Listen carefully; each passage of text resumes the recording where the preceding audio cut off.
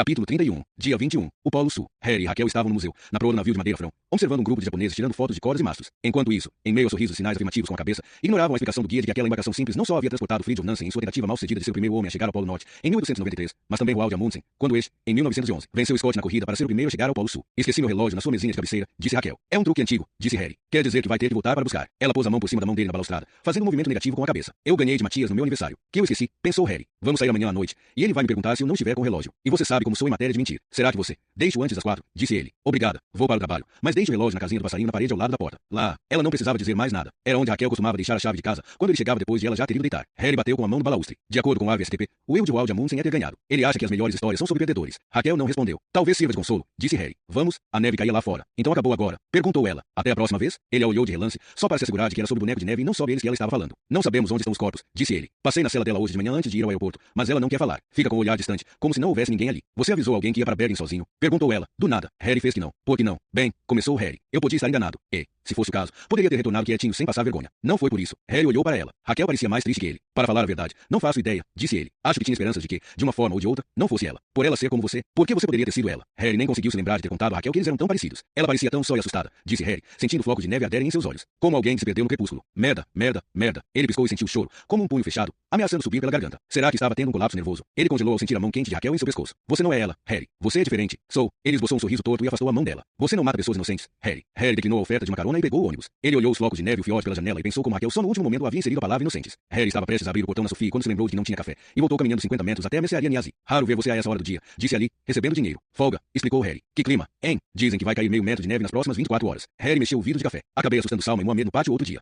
Eu soube. Me desculpe. Eu estava um pouco estressado. Só isso. Tudo bem. Só fiquei com medo de você ter voltado a beber. Harry fez que não esboçou um sorriso. Ele gostava do jeito franco do paquistanês. Bom, disse ali, contando o troco. E como está indo a reforma? Reforma. Harry pegou o troco. Quer dizer, o homem do mofo? O homem do mofo? É. Aquele cara que inspecionou o porão para ver se tinha mofo. Storman ou algo parecido. Mofo no porão? Ali olhou assustado para Harry. Você não sabia? Perguntou Harry. Você é o síndico. Presumi que ele tivesse falado contigo. Ali fez um vagaroso não com a cabeça. Talvez ele tenha falado com BJRN. Quem é BJRN? BJRN Asgenensen, que mora no térreo há 13 anos. Disse ali, olhando com ar de reprovação para Harry, que é o subsíndico desde então. Ele deve ter falado com BJRN. Concluiu Harry, como se quisesse guardar o nome. Vou averiguar, disse ali. Já em seu apartamento, Harry tirou as botas, foi direto para o quarto e deitou. No hotel em Bergen ele quase não havia regado o olho. Quando acordou, estava com a boca seca e sentindo dor de estômago. Levantou-se e foi beber água, parando subitamente quando chegou no hall de entrada. Ao chegar, nem havia reparado, mas as paredes estavam de novo no lugar. Ele foi de quarto a quarto, como mágica, fora executado de forma tão perfeita que ele podia jurar que ninguém nunca havia mexido ali. Não havia uma única marca de furo de prego, e nada estava fora do lugar. Ele tocou a parede da sala para ter certeza de que não era uma alucinação. Na mesa da sala, em frente à poltrona, havia uma folha de papel amarela. Era um bilhete escrito à mão, com letras caprichadas, bonitas de um jeito estranho. Estão erradicados. Você não vai me ver mais. Storma. PS. Tive que virar uma das tábuas da parede porque me cortei e ela ficou manchada de sangue, que não deu para remover. A alternativa teria sido pintar a parede de vermelho. Harry se deixou cair na poltrona e estudou as paredes lisas. Foi só quando entrou na cozinha que descobriu que o milagre não estava completo. O calendário com Raquel e Olga havia sumido. O vestido azul celeste. Ele praguejou em voz alta e procurou febrilmente nas latas de lixo e até no container de lixo no pátio, até chegar à conclusão de que seus 12 meses mais felizes haviam sido erradicados com o mofo. Definitivamente era um dia de trabalho diferente para a psiquiatra Tia Stirtsmoen. E não só porque o sol havia feito uma rara aparição no céu de Bergen e iluminava seu caminho pelas janelas do corredor da ala psiquiátrica do Hospital Universitário Aukeland, em Sandviken. A ala havia mudado de nome tantas vezes que quase nenhum dos habitantes de Bergen sabia que o nome oficial por hora era Hospital Sandviken. Contudo, a ala fechada continuava a ser chamada de ala fechada, à espera de alguém um dia vir alegar que a terminologia era equivocada, ou, de qualquer forma, estigmatizante. Tinha, ao mesmo tempo, receio e boas expectativas em relação à reunião com a paciente que estava presa sob as medidas de segurança mais rígidas de que ela podia se lembrar. Junto a Espen Lepsvik, da Kripos, e Knut Miller Nielsen, da polícia de Bergen, havia chegado a um acordo sobre os limites éticos e procedimentos. A paciente era psicótica e, portanto,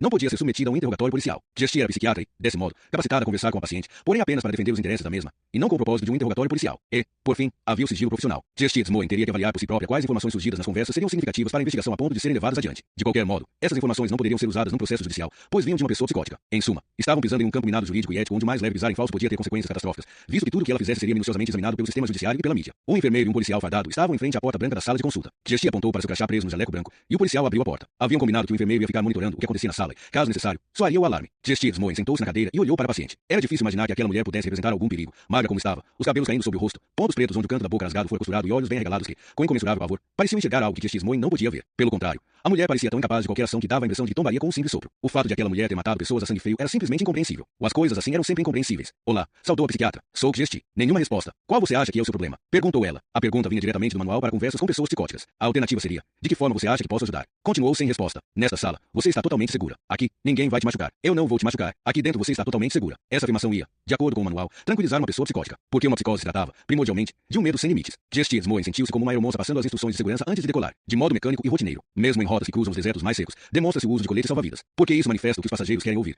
Você tem direito de sentir medo, mas nós cuidaremos de você. Estava na hora de testar sua percepção da realidade. Sabe que dia é hoje? Silêncio. Olhe no relógio ali na parede. Pode me dizer que horas são? Em resposta, apenas um olhar arisco. Tia Stitsmoen esperou. E esperou. O ponteiro do relógio se moveu trêmulo como o passo de um ganso. Inútil. Estou indo, disse Tia Stitsmoen ao se levantar. Alguém virá para buscar você. Você está totalmente segura. A psiquiatra foi à porta. Preciso falar com Harry. A voz da paciente era profunda, quase masculina. Tia Stitsmoen parou e se virou. Quem é Harry? Harry Ho. É urgente. Tia Stitsmoen tentou estabelecer contato visual, mas a mulher permaneceu olhando para dentro de seu próprio mundo distante. Receio que precise me dizer quem é Harry Ho, Catherine. O inspetor da homicídios em Oslo. E use meu sobrenome se tiver que se referir a mim de novo. Tia Stitsmoen. Brat. Hafto. Está bem. Mas não pode me adiantar o assunto que você quer conversar com Harry Ho. Assim posso repassar o que você não está entendendo. Todos eles vão morrer. Devagar. Tia Stitsmoen se deixou cair na cadeira de novo. Entendo. E por que você acha que eles vão morrer? Catherine. E finalmente conseguiu contato visual. E o que Tia Stitsmoen viu a fez pensar numa das cartas vermelhas de banco imobiliário que costumava jogar na casa de veraneio. Tinha a impressão de que sua casa e seus hotéis estavam pegando fogo. Nenhum de vocês entende nada, disse a voz grave e masculina. Não sou eu. As duas. Harry parou na rua embaixo da casa de Raquel em Omen Gouveia. Havia parado de nevar, e ele pensou que não seria prudente deixar pegadas reveladoras de pneus na subida para casa. Suas pisadas produziam chiados baixinhos e prolongados na neve, e a luz intensa do dia refletiu nas janelas pretas, que pareciam óculos de sol, quando ele se aproximou. Ele subiu a escada para a porta da entrada, abriu a tampa da casinha de passarinhos, colocou o relógio de Raquel lá dentro e fechou. Já havia se virado para ir embora quando a porta se abriu com um puxão. Harry deu meia volta, engoliu em seco e esboçou um sorriso. Na sua frente estava um homem nu, salvo a toalha em volta da cintura. Matias, disse ele, desnorteado, olhando para o peito do outro. Quase me assustou. Pensei que estivesse trabalhando nessa hora do dia. Desculpe. Matias riu, cruzando os braços depressa. Trabalhei até tarde noite passada e hoje é dia de folga. Estava entrando no chuveiro quando ouvi alguém aqui na porta. Pensei que fosse Ollie. A chave dele costuma emperrar, você sabe. Emperrar? Pensou Harry. Isso quer dizer que Ollie tinha ficado com a chave que ele mesmo costumava usar, e que Matias estava com a chave de Ollie. Mente feminina. Posso te ajudar, Harry? Harry reparou nos braços cruzados bem no alto no peito, como se ele tentasse esconder alguma coisa. Não, disse Harry casualmente. Só estava passando por aqui e trouxe uma coisa para Ollie. Por que não tocou a campainha? Harry engoliu em seco. De repente lembrei que ele ainda não havia chegado da escola.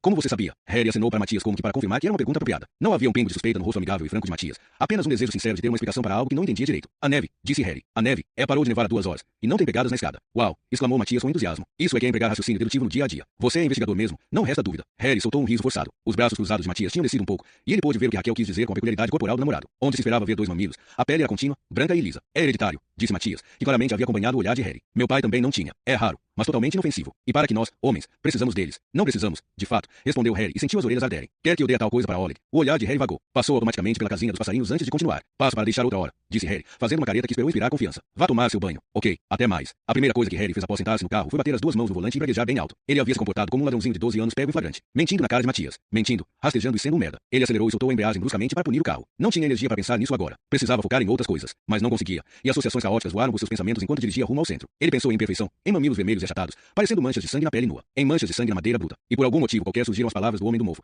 A alternativa teria sido pintar a parede de vermelho. O homem do mofo havia sangrado. Harry semicerrou os olhos e visualizou o corte. Deve ter sido um corte profundo para ele ter sangrado tanto. A alternativa teria sido pintar a parede de vermelho. Harry pisou no freio. Ele ouviu uma buzina, olhou no retrovisor e viu um Yacht deslizando na neve recém-caída até os pneus aderirem e passarem derrapando. Harry chutou para abrir a porta do carro. Saltou e viu que estava no estádio ao pé da Omen Gouveia. Respirou fundo e desfez sua construção mental em pedaços para ver se conseguia reuni-las de novo. E conseguiu, sem demora, sem ter que forçar nenhuma peça. Porque elas se encaixaram sozinhas. Sua pulsação acelerava. Se realmente fizesse sentido, tudo estaria virado de ponta cabeça. E fazia sentido. Fazia sentido que o boneco de neve tivesse planejado se infiltrar na vida de Harry e simplesmente tivesse vindo da rua, instalando-se à vontade em sua casa. E os corpos. Isso também explicaria onde foram parar. Trêmulo, Harry acendeu um cigarro e começou a tentar reconstruir o que ele havia visto num vislumbre. A pena da galinha com a ponta chamuscada. Harry não acreditava em inspiração, clarividência divina ou telepatia, mas acreditava em sorte. Não o tipo de sorte que vem de nascença, mas a sorte sistemática que se faz merecedor através de trabalho duro e por ele tecer para si uma rede tão fina que as coincidências cedo ou tarde ocorrem a seu favor. Mas isso não era aquele tipo de sorte. Isso era apenas um acaso feliz. Um atípico acaso feliz. Isto é, se ele tivesse razão. Harry olhou para baixo e descobriu que estava andando em neve funda. Que ele de fato, literalmente, e não só em pensamentos, estava com os pés no chão. Ele voltou ao carro, pegou o celular e discou o número de BJRNO. Sim, Harry, respondeu uma voz nasalada e sonolenta, quase irreconhecível. Parece que você está de ressaca. Quem me dera. Ó fungou, super resfriado, passando frio embaixo de 2 edredons. O corpo todo doendo. Escute, interrompeu Harry. Você lembra que eu pedi para medir a temperatura daquelas galinhas para saber quanto tempo havia se passado desde que Sylvia esteve no celeiro, abatendo as? Sim, e você disse depois que uma estava mais quente que as outras duas. BJRNO fungou. Sim, Sky sugeriu que ela estivesse com febre. E teoricamente, é possível. Eu acho que estava mais quente porque foi abatida depois que Sylvia foi morta. Isso é, pelo menos 1 hora depois. Por quem? Pelo boneco de neve. Harry ouviu assoar o nariz com força antes de responder. Você acha que ela pegou o machado de Sylvia? Voltou? Não, o machado ficou na floresta. Eu devia ter reagido quando vi, mas não tinha ouvido falar do tal cortador de laço incandescente quando vimos as galinhas mortas no celeiro. E o que foi que viu? Uma pena de galinha cortada, preta na ponta. Acho que o boneco de neve usou esse laço incandescente. Está bem, disse All. O as para que ela bateria uma galinha, para pintar a parede toda de vermelho. Oi, tenho uma ideia, anunciou Harry. Droga, murmurou o BJRNO. Imagino que essa ideia signifique que vou ter que levantar da cama. Bem, começou Harry. Era como se a nevasca só tivesse parado para tomar fôlego, porque às 3 horas, flocos de neve grandes e grossos voltaram a voar sobre Sloan. Uma cinzenta camada vítrea de neve cobria a estrada 16, que subia serpenteando a partir de Baerum. Em Soliga, o ponto mais alto da colina, Harry e All saíram da estrada e seguiram o mato adentro. 5 minutos depois, Rolf Tessen estava diante deles na porta. Atrás dele, Harry viu Annie Pedersen no sofá da sala. A gente só queria dar outra olhada no piso do celeiro, disse Harry. BJRNO teve uma crise forte de tosse. Fiquem à vontade, disse o Tessen. Ao caminharem para o celeiro, Harry sentiu que o homem Maricela ainda estava na porta, seguindo-os com o olhar. O bloco de corte estava no mesmo lugar, mas não havia nenhum traço de galinhas, vivas ou mortas. Encostada na parede havia uma pá com uma lâmina pontuda, para cavar a terra, não para tirar a neve. Harry foi até a parede com ferramentas. O contorno do machado que devia estar ali lembrou Harry de contornos em giz de corpos que haviam sido removidos da cena do crime. Acho que o boneco de neve veio para cá e abateu a terceira galinha para salpicar o sangue dela nas tábuas do piso. O boneco de neve não podia virar as tábuas, por isso a alternativa era pintá-las de vermelho. Você disse isso no carro também, mas ainda não não estou entendendo nada. Se é para camuflar manchas vermelhas, ou você as remove ou pinta tudo de vermelho. Eu acho que o boneco de neve tentou esconder alguma coisa. Uma pista. Que tipo de pista? Algo vermelho que é impossível de remover porque se infiltrou na madeira não tratada. Sangue. Ela tentou esconder sangue com mais sangue. É essa a sua ideia. Harry pegou uma vassoura e varreu a serragem ao redor do bloco. Abaixou-se e sentiu o revólver de Catherine por baixo do cinto. Examinou o piso. Ainda havia um brilho cor-de-rosa. Trouxe as fotos que tiramos aqui? Perguntou Harry. Comece verificando o lugar onde havia mais sangue. Era um pouco afastado do bloco de corte, mais ou menos aqui. Hall tirou as fotos de sua bolsa. Sabemos que o que estava por cima era sangue de galinha, declarou Harry. Mas imagine que o primeiro sangue que caiu aqui tivesse tido tempo para se infiltrar na madeira, saturando-a, de modo a não se misturar com o sangue novo que foi derramado por cima e bem mais tarde. O que eu queria saber é se você ainda pode tirar provas do primeiro sangue, digo, daquele que se infiltrou na madeira. BJRN Hall piscou, incrédulo. Que merda de resposta você acha que eu posso dar? Bem, disse Harry. A única que eu aceito é sim. Hall respondeu com uma longa crise de tosse. Harry foi até a casa, bateu, e Rolf Tessen saiu. Meu colega vai ficar aqui por algum tempo, disse Harry. Você se importa se ele entrar aqui na casa de vez em quando para se esquentar? Tudo bem, respondeu o Tessen, relutante. O que estão cavando agora? Eu ia perguntar a mesma coisa a você, disse Harry. Vi que havia terra para lá dentro. Ah, sim. Mourões para a cerca. Harry olhou para o campo coberto de neve que se estendia até a floresta. Perguntou-se o que o Tessen estava querendo cercar, ou isolar. Por que ele percebera? Havia medo no olhar de Otessen. Harry fez um gesto para a sala. Você tem um visitante. Ele foi interrompido pelo celular tocando. Era Sky. Achamos outro, anunciou ele. Harry olhou para a floresta e sentiu os grandes flocos de neve derretendo em seu rosto. Outro o quê? Perguntou baixinho, ainda que, pelo tom de Sky, já tivesse a resposta. Outro boneco de neve. A psiquiatra Tia Stitzmoen conseguiu interceptar o delegado Knut Miller Nielsen no momento em que ele e Spenletzvig, da Cripus, estavam saindo do escritório. Catherine Bratt falou, disse ela. E acho que vocês deveriam ir ao hospital para escutar o que ela tem a dizer.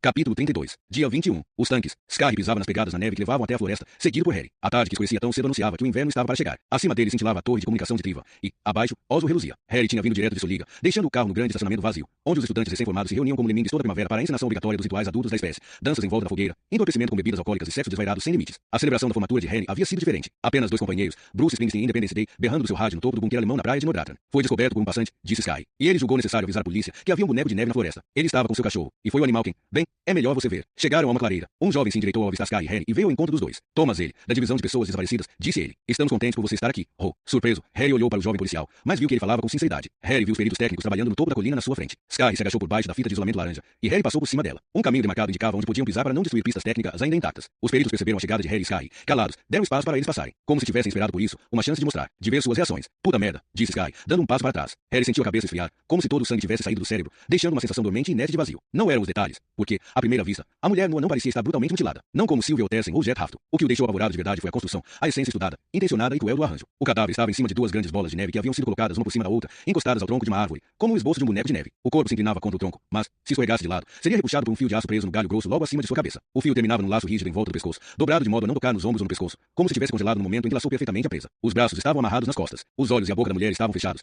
deixando o rosto com uma expressão de paz, quase como se dormisse. Dava quase para acreditar que o corpo havia sido tratado com carinho, até que os pontos costurados e contrastantes com a pálida pele não ficavam evidentes. Os cantos de pele por baixo do fio de costura quase invisível só estavam delimitados por uma sutura fina e irregular com sangue preto. Uma série de pontos passava por cima da barriga, logo embaixo dos seios. A outra, em torno do pescoço. Trabalho perfeito, pensou Harry. Nenhum furo de ponto vazio, nenhuma linha torta. Parece uma daquelas porcarias de arte abstrata, comentou Sky. Como é que chamam aquilo? Instalação, disse uma voz atrás dele. Harry inclinou a cabeça. Estavam certos, mas alguma coisa destoava da impressão de cirurgia perfeita. Ele a cortou em pedaços, disse ele, a voz saindo como se estivesse sendo estrangulado, para depois fazer a remontagem. É, perguntou Sky. Talvez para facilitar o transporte, disse ele. Acho que sei quem é ela. O marido a registrou como desaparecida ontem. Ele está vindo para cá agora. Porque acha que é ela. O marido encontrou um vestido com marcas de queimado. Ele apontou para o corpo, mais ou menos onde estão os pontos. Harry se concentrou em respirar. Agora via o que estava destoando. A incompletude do boneco de neve, a irregularidade dos nós e ângulos do fio de aço trançado. Eram toscos, casuais, experimentais. Como se aquilo fosse um rascunho, um exercício. O primeiro esboço de uma obra ainda por terminar. E porque havia amarrado os braços nas costas. Ela devia estar morta muito antes de vir para cá. Fazia parte do rascunho. Ele picarreou. Porque não fui informado antes. Eu informei meu chefe, que avisou o superintendente. Respondeu ele. A única ordem que recebemos foi de ficar de bico calado por enquanto. Presumo que tenha algo a ver com. Ele lançou um olhar rápido ao pessoal da cena do crime. Aquela pessoa anônima que está sendo procurada. Catherine Bratt, perguntou Sky. Nunca ouvi esse nome, disse uma voz atrás deles. Viraram-se. O superintendente estava na neve, pernas afastadas, as mãos enfiadas nos bolsos de um casaco. Seus olhos azuis e frios observavam o cadáver. Aquilo devia estar na exposição de arte do outono. Os policiais mais jovens ficaram o superintendente com os olhos arregalados. Impassível, ele se virou para Harry. Podemos trocar algumas palavras, inspetor? Foram até as fitas de isolamento. Uma encrenca e tanto, disse o superintendente. Ele estava virado para Harry, mas seu olhar vagueava para o tapete de luz embaixo deles. Tivemos uma reunião, por isso preciso falar com você em particular. Quem teve uma reunião? Não importa, Harry. O que importa é que tomamos uma decisão. Ok. O superintendente batia com os pés na neve e, por um momento, Harry se perguntou se devia avisá-lo de que ele estava contaminando a cena do crime. Eu tinha pensado em resolver isso com você hoje à noite, Harry. Num ambiente tranquilo. Mas agora, com a descoberta de outro assassinato, é urgente. A imprensa vai estar em cima disso dentro de poucas horas. Por isso, não temos o tempo que pensamos ter.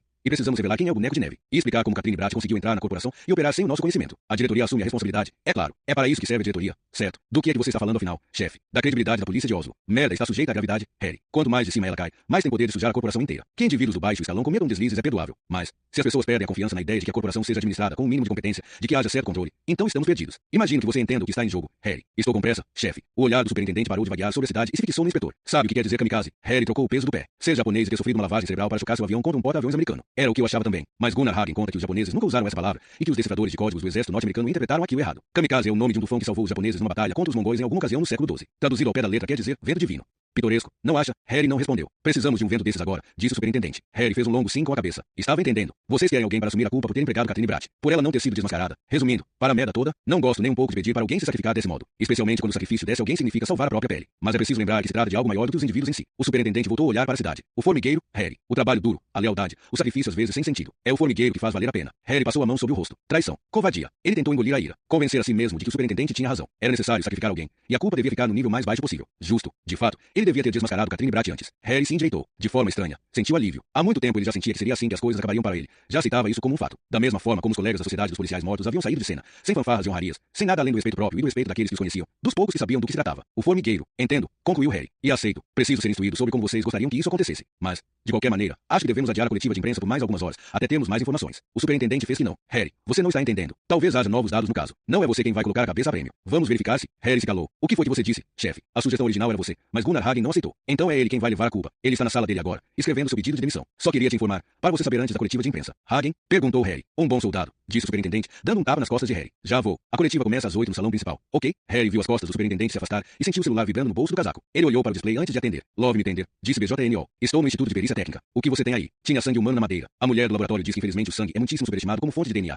Por isso duvida que a gente encontre material celular para um perfil de DNA. Mas ela verificou o tipo sanguíneo. E adivinha o que achamos? BJNO fez uma pausa até perceber que Harry não estava a fim de brincar de quem quer ser um milionário. E continuou. Vamos dizer que existe um tipo sanguíneo que exclui a maioria das pessoas. 2 pessoas sentem sangue desse tipo, e, no arquivo criminalístico inteiro, há apenas 123 criminosos com esse sangue. Se Catherine Bratt tiver esse tipo sanguíneo, é um forte indício de que ela sangrou no celeiro de Otessen. Fale com a central de operações. Eles têm uma lista com o tipo sanguíneo de todos os oficiais da sede. Tem? Nossa, vou verificar já. Mas não fique decepcionado quando descobrir que ela não é B negativo. Harry ouviu a surpresa muda do colega e aguardou pela pergunta. Como? Em nome de Deus, você sabia que era B negativo? Em quantos minutos você pode me encontrar no Instituto de Anatomia? Eram 6 horas da tarde, e o pessoal com horário fixo no Hospital Sandviken já tinha ido para casa há algum tempo. Mas, no escritório de Tia Stiefsmoen, a luz estava acesa. A psiquiatra verificou que Knut Nielsen e Sven Lepsvik estavam prontos com seus blocos de anotações, antes de olhar o seu próprio bloco e disparar. Catherine Raft contou que amava seu pai acima de tudo. Jesse olhou para os outros dois. Ela era apenas uma menina quando ele foi totalmente exposto na mídia como sendo um homem violento. Catherine ficou magoada, assustada e muito confusa. Sofreu bullying na escola pelo que estava escrito nos jornais. Logo em seguida, os pais se divorciaram. Quando Catherine tinha 19 anos, o pai desapareceu logo depois que 2 mulheres foram assassinadas em Bergen. A investigação foi arquivada, mas tanto dentro como fora da polícia achavam que seu pai era o assassino de ambas, tendo se suicidado em seguida por saber que não conseguiria se safar. Foi quando Catherine decidiu entrar para a corporação, solucionar os assassinatos e limpar o nome do pai. Jesse Smoen ergueu o olhar. Nenhum dos dois estava fazendo anotações, apenas olhavam para ela. Por isso, depois de se formar em direito, se inscreveu na academia de polícia, prosseguiu Smoen. E, depois de se formar,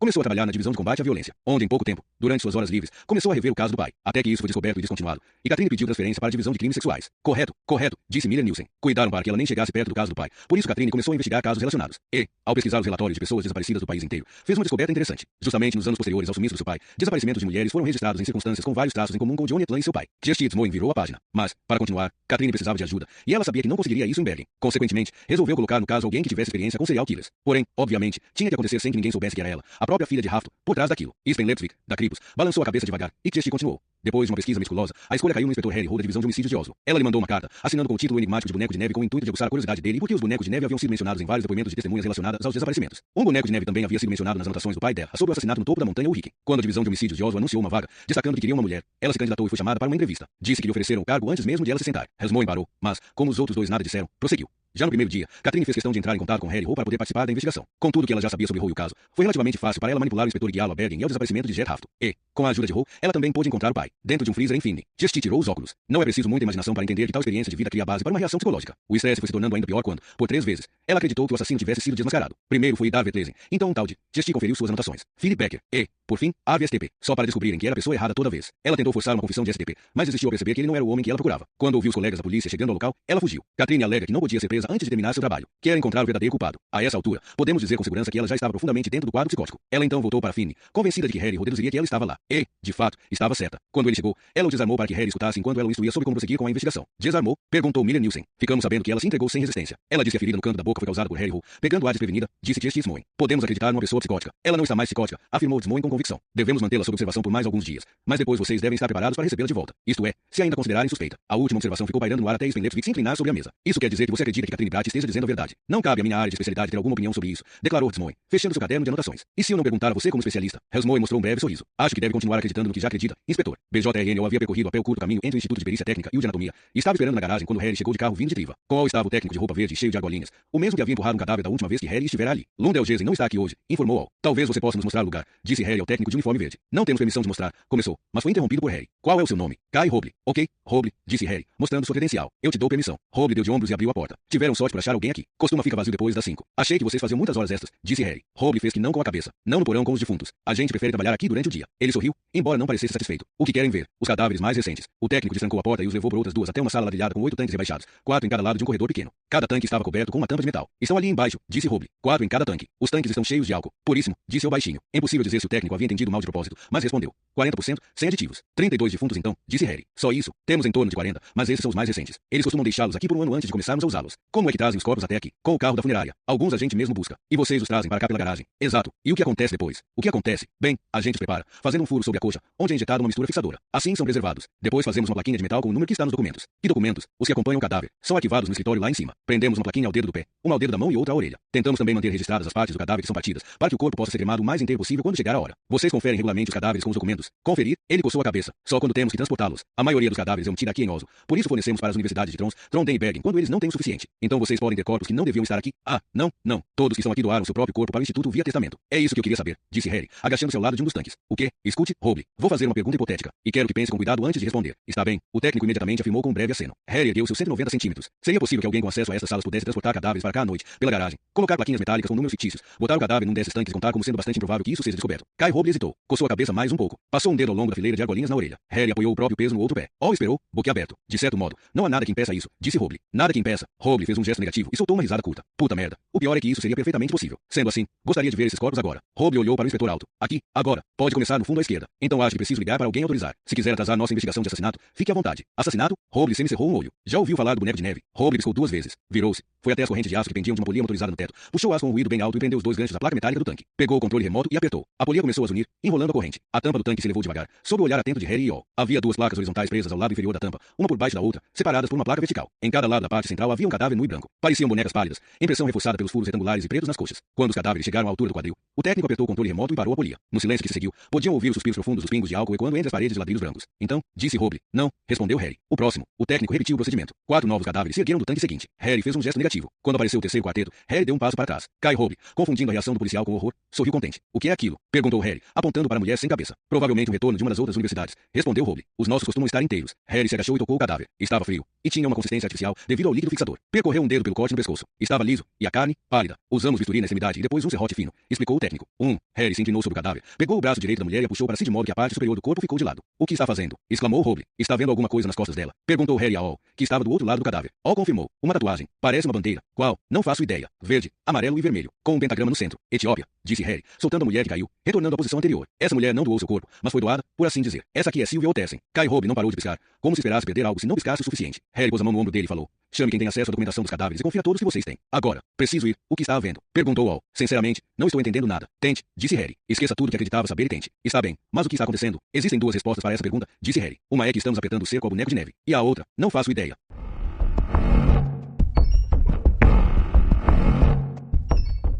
Parte 5, capítulo 33. Quarta-feira, 5 de novembro de 1980. O boneco de neve. Era o dia em que a neve veio. Às 11 horas da manhã, enormes flocos surgiram de um céu incolor, invadindo os campos, os jardins e os gramados de Romerick, como uma armada vinda do espaço sideral. Matias estava sozinho no Toyota Corolla da mãe em frente a uma casa na Coloveien. Não fazia ideia do que a mãe estava fazendo dentro daquela casa. Ela tinha dito que não ia demorar, mas já estava demorando. Ela havia deixado a chave na ignição e o rádio estava tocando Under SN, daquela nova girl band, Dolly. Ele abriu a porta do carro com um chute e saiu. Por causa da neve, um silêncio compacto, quase artificial, recaía sobre as casas. Ele se agachou, juntou um punhado daquela coisa branca e molhada e formou uma bola. Haviam jogado bolas de neve nele no pátio da escola hoje, chamando-o de Matias desfeitado.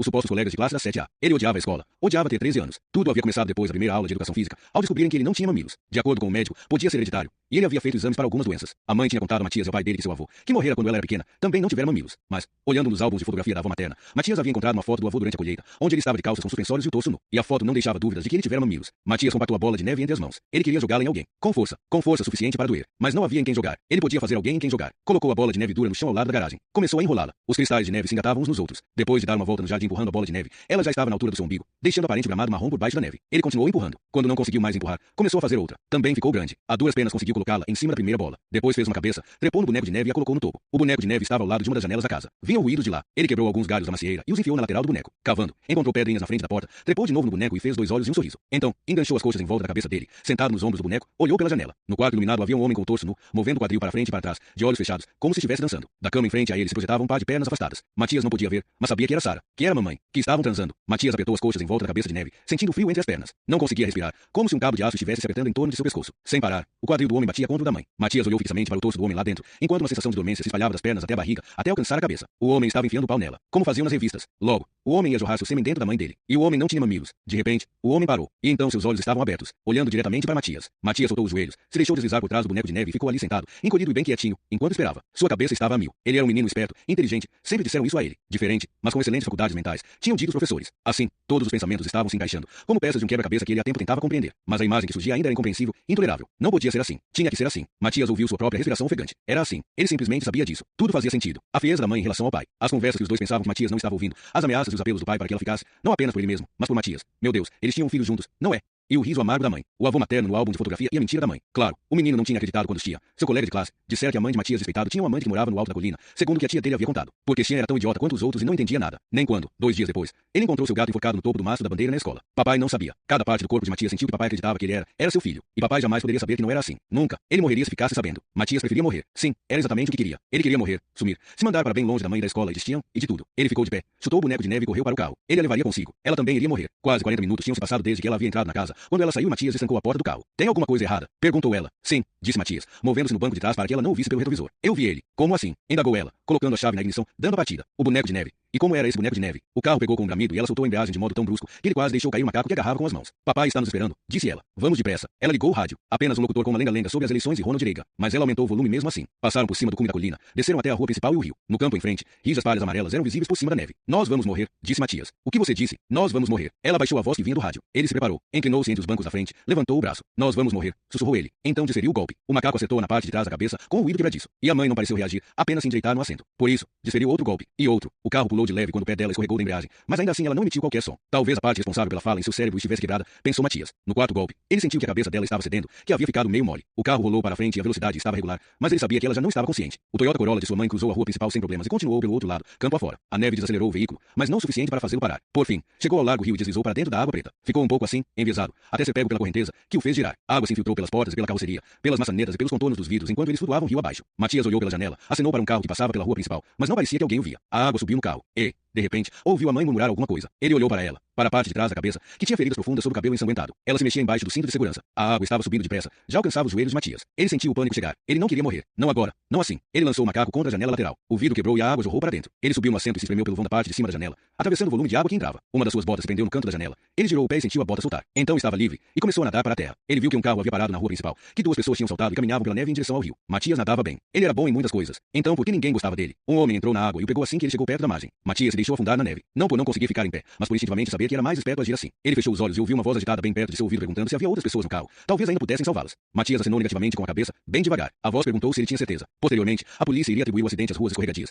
e as feridas da cabeça da mulher afogada ao choque com a água. O carro estava quase sem danos. Entretanto, era a única explicação plausível. Da mesma forma que o choque foi a única explicação possível para a esposa do menino ao ser perguntado se havia mais alguém no carro. Quando ele por fim disse: "Não, só eu. Estou sozinho." "Não, só eu", repetiu Matias 6 anos mais tarde. "Estou sozinho. Obrigado", disse o rapaz à sua frente, colocando a bandeja de comida na mesa da cantina que Matias até então tivera só para si. Lá fora, a chuva tamborilava sua marcha de boas-vindas para os estudantes de medicina em Bergen, uma marcha rítmica que duraria até a primavera. "Você também é novo aqui na medicina?" perguntou o rapaz, e Matias observou sua faca cortar o bife à milanesa. Ele confirmou. "Tem sotaque de Islândia", comentou o rapaz. "Não conseguiu vaga em Oslo. Não queria estudar em Oslo", respondeu Matias. "Por que não? Não conheço ninguém lá." "E quem você conhece aqui?" "Ninguém. Eu também não conheço ninguém aqui." "Qual é o seu nome?" "Matias Lundelgesen." "E o seu?" "E David Lesen." "Já escalou a montanha Ulriken?" "Não." Mas Matias já havia subido ao Ulriken, e a Flien, e a montanha Sandisfjell. Ele havia visitado os becos, a praça Fisketões de Torgallmenningen. Tinha visto os pinguins e os leões marinhos no Akvari, tomado chopp no Veselstuen, ouvido alguma banda nova superestimada no garagem e até assistido ao Brann perder em seu próprio estádio de futebol. Todas as coisas que deveriam ser feitas na companhia dos colegas, Matias já havia feito. Sozinho, com Idar. Ele repetiu o circuito e fez de conta que era a primeira vez. Matias logo descobriu que Idar era um parasita social. E, agarrando-se a ele, Matias se encontrou no centro dos acontecimentos. "Por que está estudando medicina?" perguntou Idar a Matias durante uma festa na casa de um colega de uma tradicional família de Bergen. Fora na noite antes do baile anual de outono dos estudantes de medicina, e Idar havia convidado 2 lindas garotas de Bergen que agora estavam em seus vestidos pretos e com cabelos presos em coque, inclinando-se para frente para ouvir o que os dois estavam conversando. "Para fazer do mundo um lugar um pouco melhor",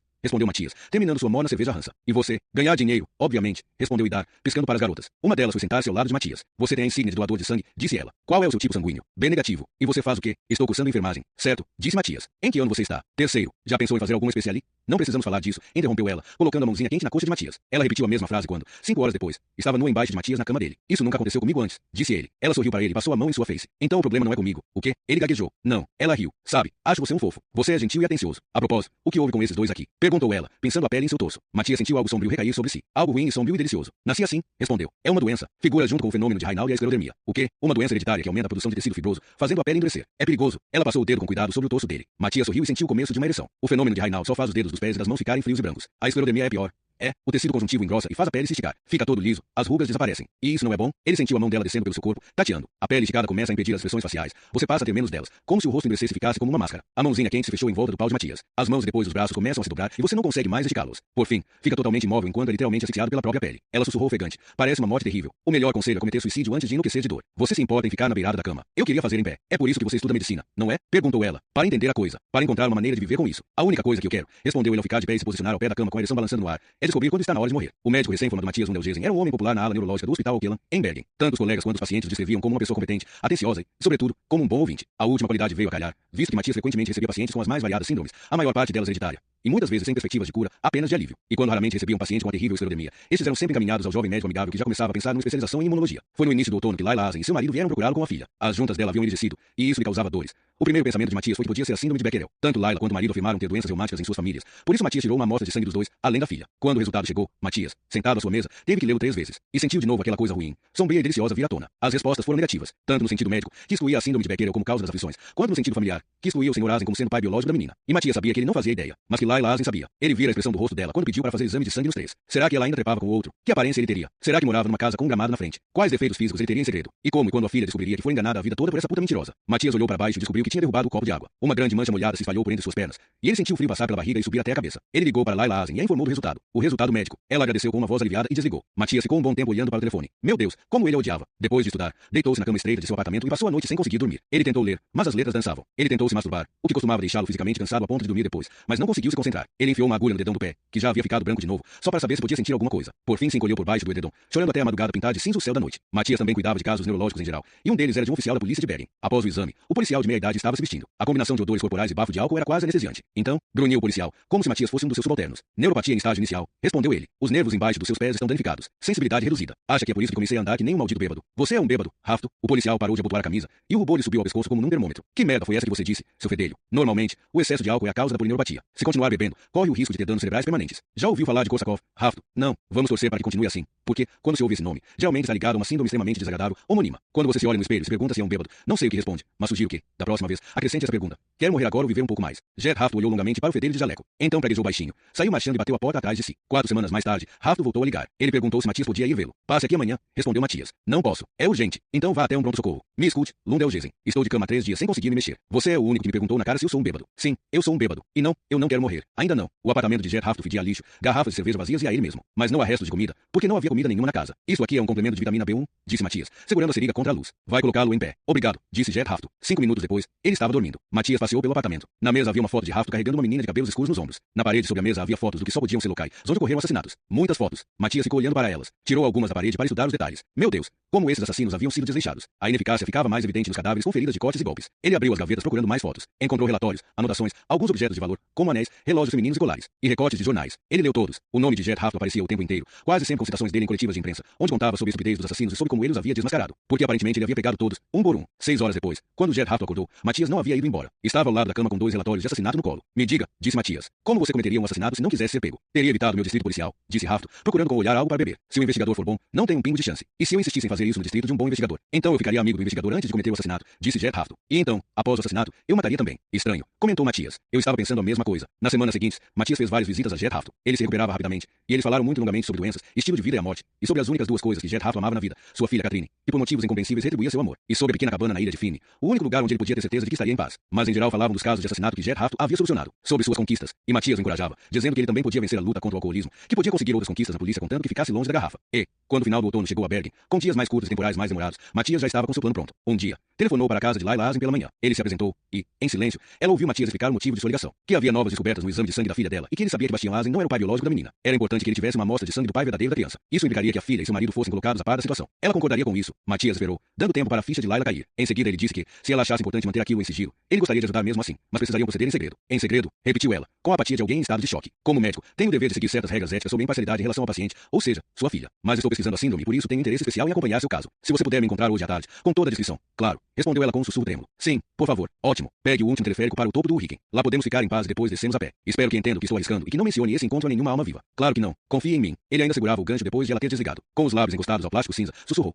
E por que alguém confiaria em você, sua putinha? Apenas deitada na neve com o bisturi encostado ao pescoço que Layla Azem confessou ter contado a uma amiga que iria encontrá-lo. Porque, originalmente, elas já tinham um compromisso de jantar juntas, mas ela só havia mencionado seu primeiro nome, e não o motivo do encontro. Porque teve de contar alguma coisa. Para provocá-la, berrou Layla. Ela é muito curiosa. Ele apertou o aço afiado com mais força contra a pele dela, e Layla soluçou o nome e o endereço da amiga. Depois não disse mais nada. 2 dias depois, Matias leu no jornal sobre o assassinato de Layla Azem e sobre o desaparecimento de Johnny Etlan e Jet Hafto, com um misto de sentimentos. Para começar, não estava satisfeito com o assassinato de Layla Azem. Não foi como ele havia imaginado. Ele perderá o controle num frenesi de raiva e pânico, o que resultou em muita sujeira, muita coisa para arrumar, muita coisa que o lembrava das fotos na casa de Hafto, e tempo de menos para curtir a vingança, a justiça. O assassinato de Johnny Etlan havia sido ainda pior, quase uma catástrofe. Por 2 vezes tinha perdido a coragem na hora de tocar a campainha da casa dela e fora embora. Na terceira vez, descobrira ter chegado tarde demais. Alguém já estava na porta tocando a campainha. Jet Hafto. Depois de Hafto ter ido embora, ele havia tocado, apresentando-se como assistente de Hafto, tendo assim sua entrada permitida. Mas Oni disse que não queria contar o que havia contado ao policial. Ela havia prometido a ele que seria somente entre os dois. Ela só falou quando ele fez um corte com o bisturi na palma de sua mão. Pelo que ela contou, Matias entendeu que Jet Hafto tinha decidido solucionar o caso por conta própria. Ele iria refazer seu nome. Aquele idiota. Nenhuma crítica quanto à eliminação de Johnny Etlan. Pouco barulho, pouco sangue. E o esquadrejamento no chuveiro fora eficaz e rápido. Ele havia embrulhado todas as partes do corpo em plástico e fizera tudo caber na grande mochila e na bolsa que havia trazido para esse propósito. Durante as visitas a Hafto, Matias aprenderá que a primeira coisa que a polícia verifica em caso de assassinato são os carros observados na área e corridas registradas de táxi. Assim, ele voltou a pé para seu apartamento. Faltava apenas a última parte do manual de Jen Hafto para o assassinato perfeito, matar o investigador. Estranhamente, aquele foi o melhor dos 3 assassinatos. Estranho, porque Matias não sentia nada em relação a Hafto, nada do ódio que sentirá em relação a Layla Azem. Era mais o fato de ele se aproximar, pela primeira vez, da estética que havia imaginado, da própria ideia que tinha quanto à execução do assassinato. A experiência do ato em si foi exatamente tão horrenda e pungente quanto tinha esperado. Ele ainda podia ouvir os gritos de Hafto reverberando pela ilha deserta. E o mais estranho de tudo, no caminho de volta, descobriu que seus dedos do pé não estavam mais brancos e sem sensibilidade, como se o lento processo de congelar por um momento tivesse cessado, como se ele tivesse descongelado. 4 anos mais tarde, após Matias ter matado outras 4 mulheres e vendo que todos os assassinatos eram uma tentativa de reconstruir o assassinato da mãe,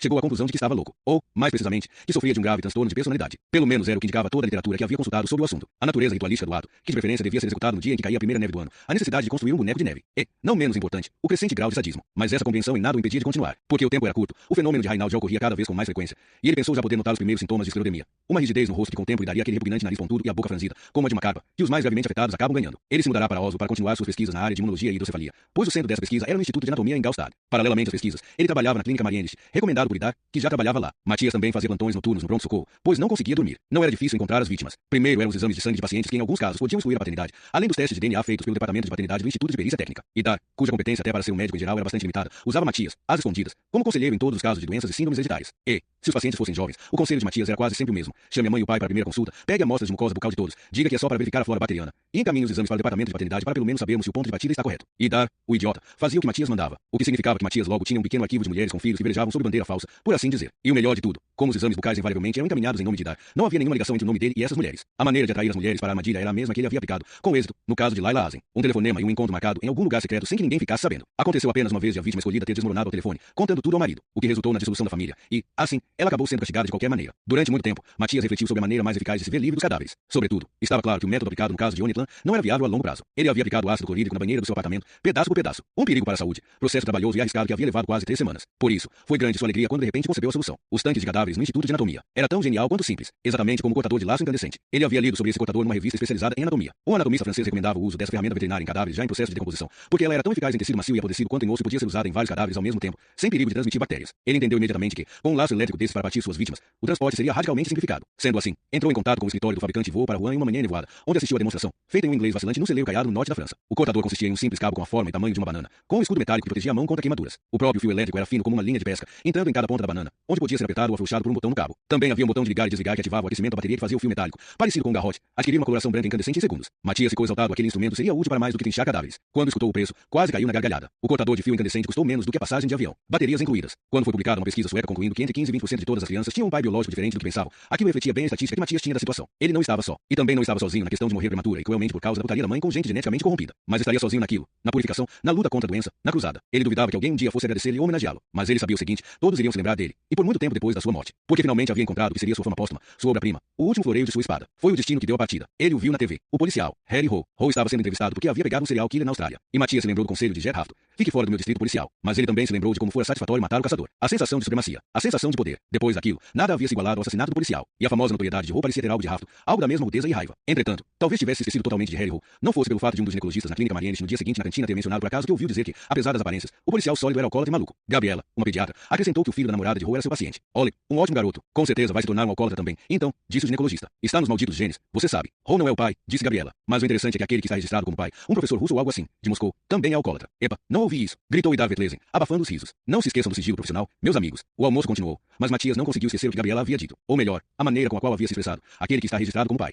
Por isso, após o almoço, Matias seguiu a pediatra até sua sala. Entrou depois dela e fechou a porta. Posso te fazer uma pergunta, Gabriela? Ah, oi, saudou ela. E um rubor cheio de expectativa subiu ao seu rosto. Matias sabia que ela gostava dele, que provavelmente o achava legal, gentil, bom ouvinte e divertido. Em 2 ocasiões, ela até o havia indiretamente convidado para sair. O que ele tinha agradecido, mas recusado. Como você deve saber, tenho permissão para usar alguns exames de sangue para minha tese de doutorado, declarou ele. E, de fato, encontrei algo interessante no exame de sangue do menino que você mencionou, o filho da namorada de Ho. Pelo que sei, já são ex-namorados. Jura? Como é uma coisa hereditária. Queria saber algo sobre parentesco. Matias achou poder ler certa decepção no rosto dela, mas ele não ficou nem um pouco decepcionado com o que a colega tinha para contar. Obrigado, disse ele. E então se levantou e saiu. Ele sentiu o coração bombear sangue bom e vivificante, seus pés levando para frente sem consumir qualquer energia, seu prazer fazendo brilhar como um cortador de fio incandescente. Porque ele sabia que esse era o começo do fim. A Associação dos Moradores de Holmenkollen fez sua festa de verão num dia tórrido de agosto. No gramado em frente à casa da associação, os adultos estavam sentados em cadeiras de camping sob guarda-sóis, tomando vinho branco, enquanto as crianças corriam por entre as mesas ou jogavam futebol no campo mais embaixo. Apesar dos enormes óculos de sol que quase escondiam seu rosto, Matias a reconheceu de fotos que havia baixado do site da empresa onde ela trabalhava. Ela estava afastada dos outros, e ele se aproximou, perguntando com um sorriso torto se podia ficar ao lado dela e fazer de conta que se conheciam. Agora já sabia como proceder nesses assuntos. Não era o Matias respeitado de antes. Ela baixou os óculos, olhando inquisitivamente para ele, e Matias pôde constatar que a foto havia mentido. Ela era muito mais bonita, tão bonita que ele por um momento pensou que o plano possuía um ponto fraco. Ele não podia tomar por certo que ela fosse desejá-lo. Uma mulher como Raquel, mãe solteira ou não, tinha alternativas. De certo que o plano B daria o mesmo resultado que o plano A, mas não chegaria nem perto de causar a mesma satisfação. Socialmente tímido, explicou ele, levantando o copo de plástico numa espécie de cumprimento embaraçoso. Fui convidado por um amigo que mora aqui na vizinhança, e ele não apareceu. E todas as outras pessoas parecem se conhecer. Prometo sumir assim que ele chegar. Ela riu. Ele gostou de seu riso, e soube que os primeiros 3 segundos críticos foram em seu favor. Acabei de ver um menino fazer um Super Bowl lá embaixo, disse Matias. Aposto que você é alguma coisa dele. É, deve ter sido Ollie, meu filho. Ela conseguiu esconder, mas Matias sabia de inúmeras consultas com pacientes que nenhuma mulher consegue resistir a elogiar os próprios filhos. Bela festa, disse ele. Belos vizinhos. E você gosta de ir a festas de vizinhos de outras pessoas? Acho que meus amigos se preocupam com o fato de eu passar muito tempo sozinho ultimamente, explicou ele. Por isso estão tentando me animar. Com seus vizinhos bem-sucedidos. Por exemplo, ele bebeu um gole do copo de plástico e fez uma careta. E o vinho bem doce da casa. Qual é o seu nome? Raquel. Falk. Olá, Raquel. Matias. Ele pegou sua mão. Pequena,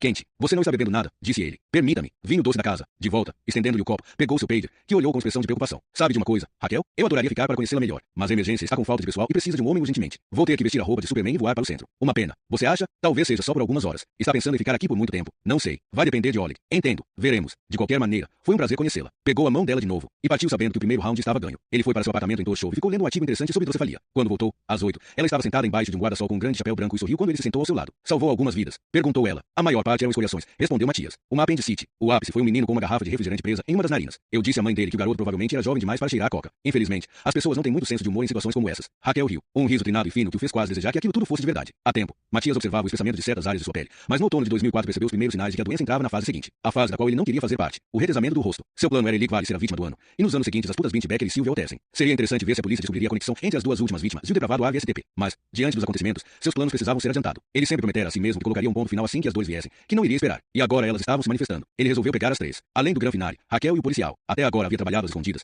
E estava na hora de colocar a obra de sua vida em execução. Para isso, ele precisava deixar pistas claras, mostrar as conexões, dar a ideia geral. Começou com Birte. Combinaram de falar sobre os sofrimentos de Jonas na casa dela à noite, após o marido ter ido para Bergen. Matias chegou na hora marcada, e ela pegou seu casaco na entrada e tinha se virado para pendurá-lo no armário. Ele raramente improvisava, mas havia uma echarpe cor-de-rosa no cabide e ele agarrou-a quase por instinto. Ele torceu o tecido 2 vezes antes de se pôr atrás dela, colocando a echarpe em volta do seu pescoço. Matias levantou a pequena mulher e a colocou em frente ao espelho para poder ver seus olhos. Estavam esbugalhando, como um peixe que tivesse sido tirado depressa do fundo do mar. Depois de colocá-la no carro, entrou no jardim onde estava o boneco de neve que ele havia feito na noite anterior. Enfiou o celular dentro do peito do boneco, tapou a cavidade e amarrou a echarpe em volta do pescoço. Já passava da meia-noite quando chegou à garagem do Instituto de Anatomia, injetou o fixador no corpo de Birte, cunhou e prendeu as placas de metal, colocando-a em uma vaga num dos tanques. Depois foi a vez de Silvia. Ele ligou para ela, passou a lábia de sempre, e combinaram de se encontrar na floresta atrás da colina de Holmenkollen, um lugar que ele havia usado antes. Mas dessa vez tinha pessoas por perto, e Matias não quis correr o risco. Ele lhe explicou que David Vetlesen, ao contrário dele, não era exatamente um especialista na doença de Farr e que precisavam se ver novamente. Silvia sugeriu que ele ligasse para ela na noite seguinte, quando estaria sozinha em casa. Na noite marcada, ele foi até lá de carro, encontrou-a no celeiro e resolveu tudo ali mesmo. Mas chegou perto de dar tudo errado. A maluca havia tirado o machado nele, acertando na lateral do corpo, rasgando o casaco e a camisa, cortando uma artéria e fazendo o sangue de Matias jorrar sobre o chão do celeiro. Sangue tipo B negativo. Sangue que só uma entre 100 pessoas tem. Por isso, depois de matá-la na floresta, colocando sua cabeça sobre o boneco de neve, ele voltou para camuflar o próprio sangue, matando uma galinha e espalhando o sangue pelo chão. Foram 24 horas bem estressantes, mas estranhamente naquela noite não sentiu qualquer dor. E nos dias seguintes acompanhou o caso pelos jornais, num triunfo silencioso. O boneco de neve era esse esse o nome que lhe deram. Um nome que seria lembrado. Ele nunca havia imaginado que algumas letras impressas em papel podiam dar tamanha sensação de poder e importância. Sentiu-se quase arrependido por ter operado às escondidas durante tantos anos. E era tão fácil. Ele que tinha andado por aí, acreditando ser verdade o que havia dito Jet Haft, que um bom investigador sempre encontraria o assassino. Mas havia conhecido Harry Hole pessoalmente e notado a frustração no rosto exausto do policial. Era o rosto de quem não estava entendendo nada. Mas então, enquanto Matias estava preparando seus últimos passos, veio, como um raio do céu, e David Lesen. Ele ligou, dizendo que Hole havia procurado com perguntas sobre a AVSTP, pressionando para revelar a conexão. E o próprio Darcy perguntava o que estava acontecendo,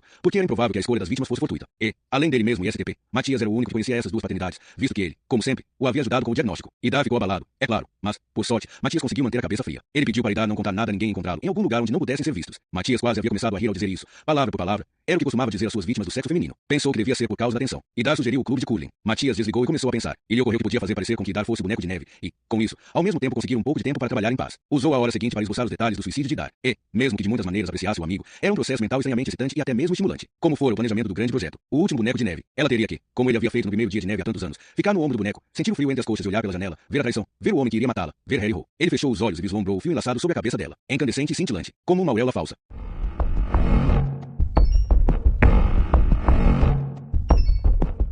Capítulo 34. Dia 21. Sirenes. Harry sentou-se no carro na garagem do Instituto de Anatomia. Fechou a porta e os olhos, tentando pensar com clareza. A primeira coisa a fazer era descobrir o paradeiro de Matias. Ele havia apagado o contato de Matias de seu celular e ligou para o auxílio à lista, que informou o número e o endereço. Ele discou, percebendo enquanto esperava que sua respiração estava acelerada e ansiosa, e tentou se acalmar. Oi, Harry. A voz de Matias era baixinha, mas soava agradavelmente surpresa, como sempre. Desculpe por incomodar tanto, disse Harry. Não é incômodo nenhum. Ótimo. Onde está agora? Estou em casa. Estou descendo para ver Raquel e Oleg. Que bom. Por que queria saber se você ainda podia entregar aquela coisa para Oleg por mim? Houve uma pausa. Harry contraiu a mandíbula, fazendo trincar os dentes. Claro, respondeu Matias. Mas Oleg está em casa, então você mesmo pode. Raquel, interrompeu Harry. Nós, não quero encontrá-la hoje. Posso passar rapidinho na sua casa. Nova pausa. Harry pressionou o gancho contra o ouvido tentando escutar, como se tentasse captar os pensamentos do interlocutor. Mas só ouviu respiração e música baixa no fundo. Glockenspiel japonês minimalista ou algo parecido. Ele imaginou Matias num apartamento igualmente severo e minimalista. Não muito grande, talvez, mas arrumado, com certeza, nada deixado ao acaso. E agora estaria usando uma camisa neutra, azul clara, e um novo curativo na ferida na lateral do corpo. Por que não fora para esconder a ausência de mamilos que Matias havia segurado os braços cruzados no alto do peito na ocasião em que esteve diante de Harry na escada? Fora para esconder a ferida do machado. Claro, respondeu Matias. Harry não conseguiu determinar se a voz soava natural. A música do fundo havia parado. Obrigado, disse Harry. Vou ser rápido, mas prometa que vai me esperar. Prometo, disse Matias. Wise Harry?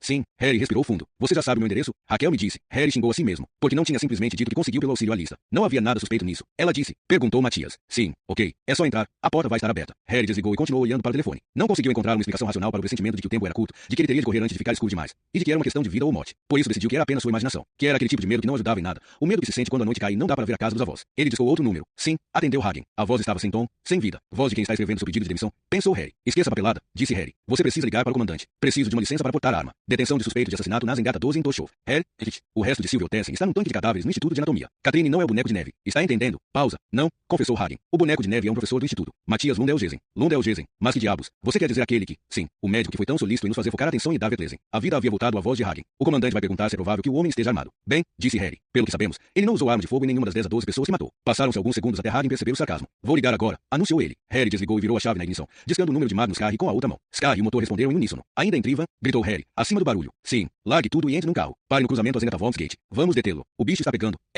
Respondeu Harry. Os pneus cantaram quando ele soltou a embreagem. Pensou em Jonas. Por algum motivo pensou em Jonas. Um dos 6 carros de patrulha que Harry havia pedido à central de operações já estava no cruzamento em Azengata quando ele chegou pela rua Vogt, vindo de Soro. Harry subiu com o carro na calçada, saltou e foi ao encontro dos demais. Abaixaram o vidro e um policial lhe estendeu o walkie-talkie que Harry havia pedido. Desligue o liquidificador, disse Harry, apontando para a luz azul giratória. Ele apertou o botão para falar e ordenou que os carros de patrulha desligassem as sirenes bem antes de se aproximarem da cena. 4 minutos depois, havia 6 carros de patrulha no cruzamento. Os polícias, Scar e o Lalida homicídios entre eles, cercavam o carro de Harry, e ele estava com a porta aberta, apontando para o mapa em seu colo. Lee, mande 3 carros fecharem possíveis rotas de fuga. Aqui, aqui e aqui. Lee se inclinou sobre o mapa e assentiu. Harry se virou para Sky. O porteiro, Sky levantou o telefone. Estou falando com ele agora. Ele está indo para a porta de entrada com as chaves. Ok, leve 6 homens e se posicione na entrada, na escada dos fundos, se for possível, no telhado. Além de me dar cobertura. O carro da Delta já chegou. Aqui, 2 policiais, facilmente confundíveis com os outros, sinalizaram que estavam no carro de patrulha da Delta. A tropa de elite com preparo especial para esse tipo de missão. Ok, quero vocês diante da entrada principal agora. Estão todos armados. Os policiais fizeram que sim. Alguns com metralhadoras MP5 tiraram da mala do carro. Os outros carregavam apenas revólveres de serviço. Era uma questão de orçamento, como havia explicado uma vez o chefe da polícia. O porteiro está dizendo que Lundelgesen mora no 3º andar. Repassou Sky, enfiando o celular no bolso do casaco. Só tem um apartamento por andar. Nenhuma saída para o telhado. Para chegar à escada dos fundos é preciso subir até o 4º andar e passar pelo sótão, que está trancado. Bom, disse Harry. Mande 2 homens pela escada dos fundos e peça para esperarem no sótão. Ok. Harry levou consigo os 2 policiais fardados que estavam no primeiro carro que havia chegado ao local. Um era mais velho e o outro, um rapaz cheio de espinhas. Os 2 já tinham trabalhado com Sky. Em vez de entrar pela Zengata 12, cruzaram a rua, entrando no prédio oposto. Os 2 rapazes da família Stickson que moravam no 3º andar olharam boquiabertos para os 2 homens uniformizados, enquanto o pai deles ouvia Harry explicar porque precisavam usar o apartamento deles um pouquinho. Harry entrou na sala, afastou o sofá da janela e deu uma olhada no apartamento do outro lado da rua. A luz está acesa na sala, gritou ele. Tem alguém sentado lá, disse o policial velho que estava logo atrás dele. Ouvi dizer que a visão é reduzida em 50% depois que se completa 50 anos, disse Harry. Não sou cego. Na poltrona grande ali, com as costas viradas para cá. Pode ver a parte de trás de uma cabeça e a mão no braço da cadeira. Harry semicerrou os olhos. Merda, será que ele precisava de óculos? Bem, se o velho achava que estava vendo alguém, devia estar vendo alguém mesmo. Então fique aqui e avise pelo rádio se ele se mexer. Ok, ok. O velho sorriu. Harry levou o mais novo. Quem é que está sentado lá? Gritou o rapaz acima da barulheira dos passos deles ao correrem escadas abaixo. Já ouviu falar do boneco de neve? Caraca, o cereal, o próprio. Cruzaram correndo a rua até o outro prédio. O porteiro, Sky e 5 policiais uniformizados estavam prontos ao lado da porta principal. Não tenho a chave do apartamento, disse o porteiro. Só desta porta. Está bem, disse Harry. Todos de armas prontas. Vamos fazer o mínimo de barulho possível. Ok, Delta, vocês comigo? Harry tirou o Smith Wesson de Catherine e sinalizou para o porteiro, que girou a chave na fechadura. Harry e os 2 policiais da Delta, ambos com suas MP5, avançaram silenciosamente pela escada, de 3 em 3 degraus. Pararam no terceiro andar em frente a uma porta azul sem nenhuma indicação. Um policial colou o ouvido na porta, virou-se para Harry e fez que não com a cabeça. Harry havia baixado o volume do walkie-talkie ao mínimo e o levou à boca. Alfa para. Harry não havia distribuído apelidos e não se lembrava dos nomes. Para o posto da janela atrás do sofá. O objeto se mexeu. Câmbio. Ele soltou o botão e houve um zunido baixo. E a voz entrou. Ele ainda está na poltrona. Ok, vamos entrar. Câmbio. Desligo. Um policial pegou um pé de cabra, enquanto o outro deu uns passos para trás, preparando-se. Harry havia visto a técnica antes.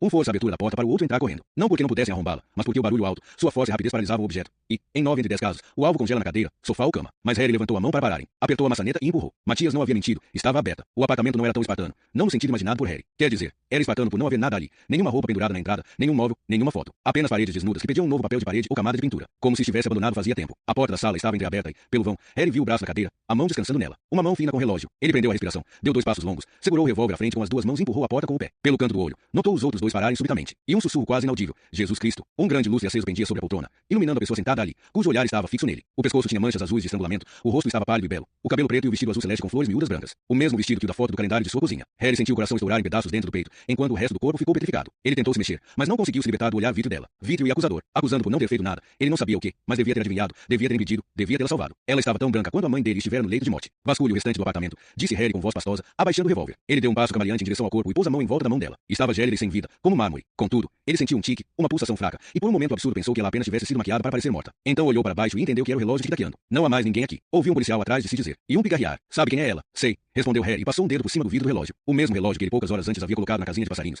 Porque o namorado de Raquel iria levá-la para sair à noite. Para uma festa. Para celebrar que os 2, de agora adiante, seriam um. De novo, Harry olhou nos olhos dela. Olhos acusatórios. Sim, pensou, culpado por todos os erros. Sky havia entrado no apartamento e estava logo atrás de Harry, olhando por sobre o ombro dele para a mulher morta na poltrona da sala. Ao lado dele estavam os 2 policiais da Delta. Estrangulada? Perguntou ele. Harry não respondeu nem se mexeu. Uma alça do ombro do vestido azul celeste havia caído. Não é comum usar vestido de verão em dezembro, disse Sky, mas para dizer alguma coisa. Ela costuma usar, disse Harry com uma voz que soava como se vinda de algum lugar bem distante. Quem? Perguntou Sky. Raquel. Sky deu um sobressalto. Ele tinha visto a ex-namorada de Harry quando ela costumava trabalhar para a polícia. Ela é Raquel. Wise. É o vestido dela, disse Harry. E o relógio dela. Ele a vestiu igual a Raquel. Mas a mulher sentada ali é Beat Becker. Sky olhou para o cadáver em silêncio. Não se parecia com nenhum cadáver que já tivesse visto antes. Branco como giz parecendo inflado. Venham comigo, disse Harry aos 2 da Delta, antes de se virar para Sky. Fique aqui e isole o apartamento. Ligue para os peritos em Triva, avisando que tem outro trabalho pela frente. O que vai fazer? Dançar, respondeu Harry. O apartamento ficou em silêncio após os outros 3 se mandarem escada abaixo. No entanto, segundos depois, Sky ouviu o motor e os pneus cantando no asfalto na rua Vogt. A luz azul girava e iluminava a rua. Harry estava no banco do passageiro, ouvindo o telefone chamar do outro lado da linha. No retrovisor 2 mulheres em miniatura dançavam de biquíni ao som desesperado do choro das sirenes, enquanto a viatura avançava em zigue-zague por entre os carros no anel rodoviário Ring 3. Por favor, implorou Harry. Por favor, atenda, Raquel. Ele olhou para as dançarinas de metal presas no retrovisor e pensou que ele era como elas. Alguém dançando impotente ao ritmo de outra pessoa. Uma figura cômica numa farsa na qual sempre estava 2 passos aquém dos acontecimentos, sempre rompendo as portas um pouco tarde demais e sendo recebido pelo riso do público. Harry explodiu. Merda, merda, merda. Berrou e jogou o celular no para-brisa, fazendo o aparelho escorregar do painel ao chão. Pelo retrovisor, o motorista trocou olhares com o policial no banco de trás. Desligue a sirene, ordenou Harry. Fez silêncio, e Harry ouviu o ruído do chão. Ele agarrou o telefone. Alô? Gritou ele. Alô? Você está em casa, Raquel? Claro, você está ligando para o telefone fixo. Era a voz dela. Um riso gentil e calmo. Oleg está em casa também. Está. Respondeu ela. Ele está aqui na cozinha, jantando. Estamos esperando Matias. Qual é o problema? Harry, preste atenção. Raquel, está ouvindo? Você está me assustando. Harry, o que está havendo? Coloque a trava de segurança na porta. Porque ela está trancada. Coloque a trava de segurança na porta. Raquel, berrou Harry. Ok. Ele ouviu dizer algo a Oleg e o som de uma cadeira sendo arrastada e pés correndo. Quando sua voz voltou, havia adquirido um leve tremor. Agora me conte o que está havendo. Harry, já vou contar. Primeiro tem que me prometer que em nenhuma circunstância vai deixar Matias entrar em casa. Matias, você está bêbado? Harry, você não tem nenhum direito de... Matias é perigoso. Raquel, estou aqui num carro de polícia com 2 colegas indo para sua casa. Vou explicar tudo depois, mas agora quero que olhe pela janela. Está vendo alguma coisa? Harry ouviu que ela hesitou, mas ele não disse mais nada. Apenas esperou, porque sabia, com uma certeza repentina, que ela confiava nele, que acreditava nele, que sempre havia acreditado. Estavam se aproximando do túnel de Nidalen. Nas margens da estrada, a neve formava uma faixa de lã branco acinzentada. Então a voz dela voltou. Não estou vendo nada, mas não sei o que devo procurar. Não vi um boneco de neve? Perguntou Harry baixinho. Ele ouviu pelo silêncio que a ficha dela estava caindo. Me diz que isso não está acontecendo, Harry, sussurrou ela. Me diz que isso é só um sonho. Ele fechou os olhos e avaliou se ela podia ter razão. Então viu a imagem de Bint Becker na poltrona. Claro que era um sonho. Eu coloquei seu relógio na casinha dos passarinhos. Respondeu ele. Mas ele não estava lá. Ele. Raquel começou a dizer. Então se deteve e exclamou. Ai, meu Deus.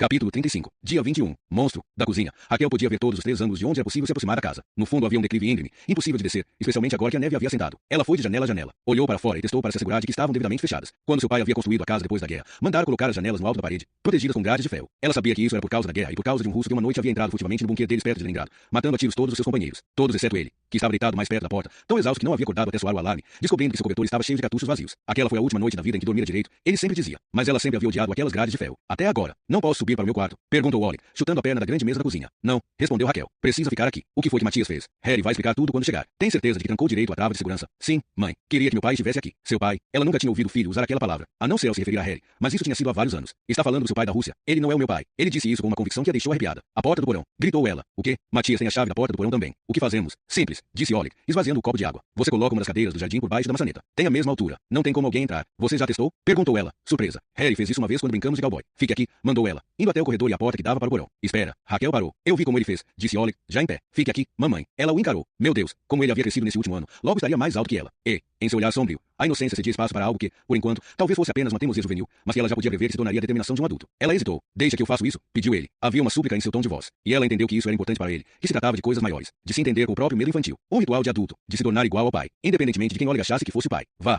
depressa, sussurrou ela. Ollie correu. Ela ficou olhando pela janela, prestando atenção para ouvir se vinha um carro. Rezou para que Harry chegasse primeiro. Reparou no silêncio, e não fazia ideia de onde vinha o pensamento a seguir. Ia ficar ainda mais silencioso, mas, de repente, ouviu um ruído baixinho. Primeiro pensou que vinha de fora, logo depois percebeu que vinha detrás dela. Raquel se virou, não viu nada, apenas a cozinha vazia. Em seguida, o ruído voltou, como o tique pesado de um relógio, ou um dedo batendo de leve numa mesa. A mesa. Ela olhou. Era de lá que vinha o som. E então ela viu. Uma gota tinha acabado de cair sobre a mesa. Devagar, Raquel olhou para o teto. No meio do painel branco havia se formado um círculo escuro. E do meio desse círculo pendia uma gota transparente. Soltou-se e caiu sobre a mesa. Raquel viu acontecer. Mas, mesmo assim, o som a deixou sobressaltada, como se tivesse recebido um tapa inesperado no rosto. Meu Deus, devia estar vindo do banheiro. Será que ela se esquecera de fechar o chuveiro? Ela não esteve no andar de cima desde que chegou em casa, tendo começado logo a preparar o jantar. A água devia estar vazando desde de manhã cedo. E, claro, tinha que acontecer justo agora, no meio de tudo. Ela foi ao corredor, subiu a escada depressa e foi até o banheiro. Não estava ouvindo o chuveiro. Ela abriu a porta. Chão seco. Nenhuma água escorrendo. Raquel fechou a porta e ficou parada alguns segundos diante dela. Olhou para a porta do quarto ao lado. Aproximou-se devagar. Pôs a mão na maçaneta. Hesitou. Parou novamente para ouvir se vinha algum carro. Então abriu. Olhou fixamente para o interior do quarto. Ela queria gritar, mas instintivamente soube que não podia fazê-lo, que precisava ficar quieta. Bem quieta. Merda, merda, merda. Berrou Harry, dando uma pancada no painel, que tremeu. O que estava vendo? O trânsito estava totalmente parado à frente deles no túnel. Já estavam há 2 longos minutos parados ali. A resposta veio no mesmo instante pelo rádio da polícia. Há uma colisão no ringue 3 na saída do túnel à esquerda, perto de Dazen. Nenhum ferido. Reboque a caminho. Por um impulso repentino, Harry agarrou o microfone. Sabem quem foi? Só que são 2 carros de passeio, ambos com pneus de verão. Respondeu uma lacônica voz nasalada. Sempre tem caos quando neva em novembro, disse o policial no banco de trás. Harry não respondeu. Ficou apenas tamborilando os dedos no painel. Avaliou as alternativas. Havia uma barreira de carros à frente e outra atrás deles. E todas as luzes azuis do mundo não dariam jeito de tirá-los dali. Ele podia saltar e correr até o final do túnel, ordenar para que um carro policial fosse buscá-lo lá, mas era uma distância de quase 2 quilômetros. O silêncio no carro era total agora. Tudo que se ouvia era o zumbido baixo dos motores dos carros ligados. A van na frente deles andou 1 metro para a frente e o motorista acompanhou. Só freou quando quase bateu no para-choque, como se apenas uma condução agressiva pudesse evitar que o inspetor explodisse novamente. A freada brusca fez as mulheres metálicas de biquíni tinirem alegremente no silêncio que se seguiu. Harry voltou a pensar em Jonas. Mas por quê? Porque havia pensado em Jonas quando conversou com Matias ao telefone. Havia algo com o som. No fundo, Harry olhou fixo para as 2 dançarinas embaixo do retrovisor. E de repente tudo se encaixou. Ele sabia porque tinha pensado em Jonas. Ele sabia que som era aquele. E sabia que não podia perder nem um segundo sequer. Ou, ele tentou afastar o pensamento, que não precisava mais correr. Que já era tarde demais. Ollie correu pelo corredor no porão, sem olhar para os lados, onde sabia que os depósitos de sal desenhavam monstros brancos nas paredes de tijolo. Tentou se concentrar no que faria e não pensar em mais nada. Não deixar os pensamentos errados virem. Harry dissera isso, que era possível vencer os únicos monstros que existiam, aqueles que estavam dentro de sua cabeça. Mas ele precisava treinar. Precisava se aproximar deles e lutar o máximo possível. Pequenas batalhas que você podia vencer. Ir para casa, curar as feridas e voltar. Fizera isso. Várias vezes estiver no porão sozinho. Os patins precisavam ficar no frio. Ele agarrou a cadeira do jardim, arrastou-a atrás de si para que o ruído abafasse o silêncio. Verificou que a porta do porão de fato estava trancada. Então enfiou a cadeira por baixo e cuidou para que ficasse bem presa. Pronto. Ele congelou. Era um ruído. Ele olhou para a pequena portinhola de vidro que havia na porta. Não conseguiu mais deter os pensamentos. Invadiram de assalto. Havia alguém parado lá fora. Ele queria subir correndo, mas se forçou a ficar. Lutou contra os pensamentos com outros pensamentos. Estou do lado de dentro, pensou. Estou tão seguro aqui quanto lá em cima. Ele respirou fundo. Sentiu o coração bater como um tambor desafinado no peito. Então, inclinou-se para frente e olhou pela portinhola de vidro. Viu o reflexo do seu próprio rosto, mas por cima viu outro rosto. Um rosto retorcido que não era o dele. E viu mãos. Mãos de monstro sendo levantadas. Ollie recuou, aterrorizado. Encostou em algo e sentiu mãos se fecharem sobre seu rosto e sua boca. Ele não conseguiu gritar, mas queria. Queria gritar que aquilo não estava nos pensamentos, que aquilo era um monstro, ali mesmo. O monstro estava do lado de dentro. E todos iriam morrer. Ele está na casa, anunciou Harry. Os outros policiais olharam para ele sem entender, enquanto Harry apertava o botão de redescagem no telefone. Achei que fosse música japonesa, mas eram sinos de vento metálicos, do tipo que Jonas tinha no quarto dele, e que Ollie também tem. Matias estava lá o tempo todo. Ele até me disse, não foi? Como assim? O policial no banco de trás tomou coragem para perguntar. Ele disse que estava em casa. E agora isso quer dizer homem Covain? É claro. Ele até me disse que estava descendo para ver Ollie e Raquel. Eu devia ter entendido. Homem Colin localiza-se em uma região mais alta que Toshov. Ele estava no andar de cima em homem Covain. Descendo. Temos que tirá-los da casa já. Atenda. Pelo amor de Deus. Talvez ela não esteja perto do... Tem 4 telefones na casa. Ele cortou a conexão. Tenho que ir para lá já. Vamos mandar outro carro da patrulha, disse o motorista. Não. Retrucou Harry. De qualquer maneira, é tarde demais. Ele já pegou os 2. E a única chance que temos é a última peça do jogo. Eu faço parte do plano dele. Você quer dizer que não faz parte do plano dele? Não. Eu faço parte. Ele está esperando por mim. Os 2 policiais trocavam olhares enquanto ouviam ouviam o som berrante de uma motocicleta serpenteando por entre os carros parados atrás deles. Acha mesmo? Acho, respondeu Harry, olhando pelo retrovisor e vendo a motocicleta. E pensou que essa era a única resposta que podia dar. Porque era a única resposta que dava alguma esperança. Oleg lutou quanto pôde, mas ficou sem ação quando o monstro lhe aplicou uma gravata e ele sentiu o aço frio ao pescoço. Isso é um bisturi, Oleg. O monstro tinha a voz de Matias. Usamos para dissecar as pessoas. E você nem imagina como é fácil. Então o monstro pediu para ele abrir bem a boca, enfiou um pano sujo lá dentro e mandou que se deitasse de bruços com as mãos nas costas. Quando Oleg não obedeceu imediatamente, o aço foi enfiado por baixo da sua orelha. E ele sentiu sangue quente escorrendo sobre o ombro e por baixo da camiseta. Oleg se deitou de bruços no chão de cimento gelado e o monstro sentou-se sobre ele. Uma caixa vermelha caiu ao lado do seu rosto. Ele leu a etiqueta. Eram tiras plásticas, daquelas tirinhas usadas para amarrar fios elétricos e embalagens de brinquedos, muito irritantes porque só era possível apertá-las, não afrouxá-las, e não dava para rasgá-las, mesmo sendo muito finas. Ele sentiu o plástico cortar a pele em volta dos pulsos e dos tornozelos. Depois foi levantado e largado, e não teve tempo de esperar pelas dores enquanto caía em cima de algo duro. Ele olhou para cima. Estava de costas no freezer. Dava para sentir o gelo que havia soltado das paredes ardendo na pele dos antebraços e do rosto. O monstro estava inclinado por cima dele, a cabeça ligeiramente caída para o lado. Adeus, disse. Em breve nos veremos no além. A tampa foi fechada com força e ficou totalmente escuro. Oleg podia ouvir a chave girando na fechadura e passos rápidos se afastando. Ele tentou levantar a língua, tentou movê-la por trás do pano. Tinha que tirá-lo. Tinha que respirar. Raquel havia parado de respirar. Estava no vão da porta para o quarto e sabia que o que estava vendo era loucura. Uma loucura que fez sua pele arrepiar, a boca escancarar, os olhos esbugalharem. A cama e os outros móveis estavam encostados na parede, e o assoalho estava coberto por uma superfície quase invisível de água que só se quebrava quando nela caía outra gota. Mas Raquel não prestou atenção. A única coisa que viu foi o enorme boneco de neve dominando o centro do quarto. A cartola sobre a cabeça com a boca sorridente, quase alcançando o teto. Quando finalmente respirou de novo e o oxigênio fluiu para o cérebro, ela sentiu o cheiro de lama molhada e de madeira úmida, e ouviu o som da neve derretida pingar. Uma onda de frio exalava da neve, mas não foi por isso que ela ficou arrepiada. Foi por causa do calor corporal do homem logo atrás dela. Não é lindo? Perguntou Matias. Eu fiz só para você. Matias, essa era Gaga. Ele colocou uma espécie de braço protetor em volta do pescoço dela. Raquel olhou para baixo. A mão segurava um bisturi. Não fale, querida. Há tanta coisa para fazer em tão pouco tempo. Por quê? Porque este é o nosso dia, Raquel. O resto da vida é tão incrivelmente curto. Por isso vamos celebrar, sem perder tempo com explicações. Por favor, coloque os braços nas costas. Raquel obedeceu. Ela não tinha ouvido o Oleg subir do porão. Talvez ele ainda estivesse lá. Talvez ele pudesse sair da casa. Se ela conseguisse deter Matias. Eu gostaria de saber o motivo, disse ela, ouvindo o choro pinçar as cordas vocais. Porque você é uma puta. Ela sentiu algo fino e duro apertá-la ao redor dos punhos. Sentiu a respiração quente dele em sua nuca, os lábios, depois a língua. Ela trincou os dentes, sabendo que, se gritasse, ele podia parar. E ela queria que ele continuasse, perdesse tempo. A língua dele deu voltas, subindo até sua orelha. Mordeu de leve. E o filho dessa putaria está dentro do freezer. Sussurrou ele. Oleg? Perguntou ela, sentindo que perdia o controle. Relaxe, querida. Ele não vai morrer de frio. Não, não vai. Muito antes de o corpo ficar gelado bastante, o filho dessa puta terá morrido por falta de oxigênio. É simples matemática. Fiz os cálculos há muito tempo. É tudo calculado. Uma moto de alta rotação subiu as ladeiras sinuosas de Omencolin, derrapando no escuro. O barulho ecoou por entre as casas. E quem observou aquilo deve ter pensado que era uma loucura com toda aquela neve, que o motorista merecia perder a carteira. Mas o motorista não tinha carteira. Harry acelerou na subida que levava até a casa de toras pretas, mas na curva fechada ele derrapou na neve sem caída e sentiu a moto perder velocidade. Nem tentou endireitá-la. Ele saltou, e a moto caiu no precipício, irrompendo entre galhos de vinheiro antes de bater contra um tronco e despencar, cuspindo neve pela roda traseira antes de soltar o último suspiro. A essa altura, Harry já estava no meio da escada. Não havia pegadas na neve, nem chegando nem saindo da casa. Ele puxou o revólver ao pular os últimos degraus até a porta. Estava desancada. Como prometido, ele se esgueirou para o hall de entrada, e a primeira coisa que viu foi a porta do porão aberta. Harry parou para escutar. Havia um ruído, uma espécie de som tamborilando. Parecia vir da cozinha. Ele hesitou, decidiu-se pelo porão, desceu a escada com as costas junto à parede e com o revólver à sua frente. Parou no último degrau para os olhos se acostumarem com a semi-escuridão e prestou atenção. Tinha a sensação de que o porão inteiro prendia a respiração. Viu a cadeira do jardim por baixo da maçaneta. Oleg. O olhar continuou sondando. Ele havia decidido subir quando o olhar recaiu sobre uma mancha escura no chão em frente ao freezer. Água. Ele deu um passo para a frente. Devia vir por baixo do freezer. Ele forçou seus pensamentos a tomarem outro rumo e não aquele que queriam, e tentou levantar a tampa. Trancada. A chave estava na fechadura, mas Raquel não costumava trancar o freezer. Imagens de Finney surgiram, mas ele agiu rápido, girando a chave e abrindo a tampa. Harry teve tempo de ver o reflexo metálico no escuro lá no fundo, antes que uma dor lancinante em seu rosto fizesse se jogar para trás. Uma faca. Ele caiu de costas entre dois cestos de roupas sujas, e uma figura rápida e ágil, já fora do freezer, surgiu por cima dele. Polícia! Gritou Harry, puxando rapidamente o revólver. Parado. O vulto parou com uma das mãos por cima da cabeça. Ah, Harry. Oleg. Harry baixou o revólver e viu que o rapaz segurava um patim de gelo. Eu pensei que era Matias que havia voltado. Sussurrou. Harry se levantou. Onde está Matias? Não sei. Ele disse que a gente se veria em breve. Por isso pensei que... De onde vieram esses patins? Harry sentiu o gosto metálico na boca e passou os dedos sobre o corte na bochecha, de onde o sangue escorria em profusão. Do freezer. Oleg esboçou um sorriso. Dá trabalho demais deixá-los na escada. Por isso os guardo por baixo das ervilhas, onde minha mãe não vê. A gente nunca come ervilhas mesmo. Ele seguiu Harry, que já estava subindo a escada. Por sorte estava recém-afiado, então consegui cortar as tiras plásticas. A fechadura foi impossível, mas consegui fazer alguns furos no fundo para entrar o ar. E quebrei a lâmpada para não ter luz caso ele abrisse. E o calor do seu corpo derreteu o gelo que escorreu pelos buracos, completou Harry. Chegaram ao hall de entrada, e Harry puxou Oleg para a porta de entrada, abriu e apontou. Está vendo as luzes do vizinho? Corra e fique lá até eu ir te buscar. Ok? Não, exclamou Oleg resoluto. Minha mãe, escute. A melhor coisa que você pode fazer pela sua mãe neste momento é se mandar daqui. Quero encontrá-la. Harry pegou Oleg pelos ombros e apertou com tanta força que lágrimas de dor brotaram nos olhos do menino. Quando eu mando correr, você corre. Seu burro. Ele falou baixinho, mas com tanta raiva reprimida que Oleg piscou, confuso. E uma lágrima rolou sobre o cílio e escorreu pelo rosto. Então o menino deu meia volta e disparou porta fora, logo sendo engolido pela escuridão e pela neve que continuava caindo. Harry pegou o walkie-talkie, apertando o botão para falar. Harry falando. Estão longe? Estamos no campo de futebol? Câmbio. Harry reconheceu a voz de Gunnar Hagen. Estou dentro da casa, disse Harry. Venham para a frente dela, mas não entrem até eu avisar. Câmbio. Ok. Câmbio e desligo. Harry foi na direção do som que continuava vindo da cozinha. Parou no vão da porta e observou um fino fio de água pendendo do teto. Estava tingido de cinza por causa do gesso dissolvido e tamborilava febrilmente ao cair sobre a mesa da cozinha. Em 4 passos, Harry subiu a escada para o andar de cima. Aproximou-se da porta do quarto na ponta dos pés. Engoliu em seco. Estudou a maçaneta. Do lado de fora, podia ouvir o som distante de uma sirene policial se aproximando. Um pingo de sangue do corte caiu no assoalho com um barulhinho macio. Ele podia sentir agora, como uma pressão nas têmporas.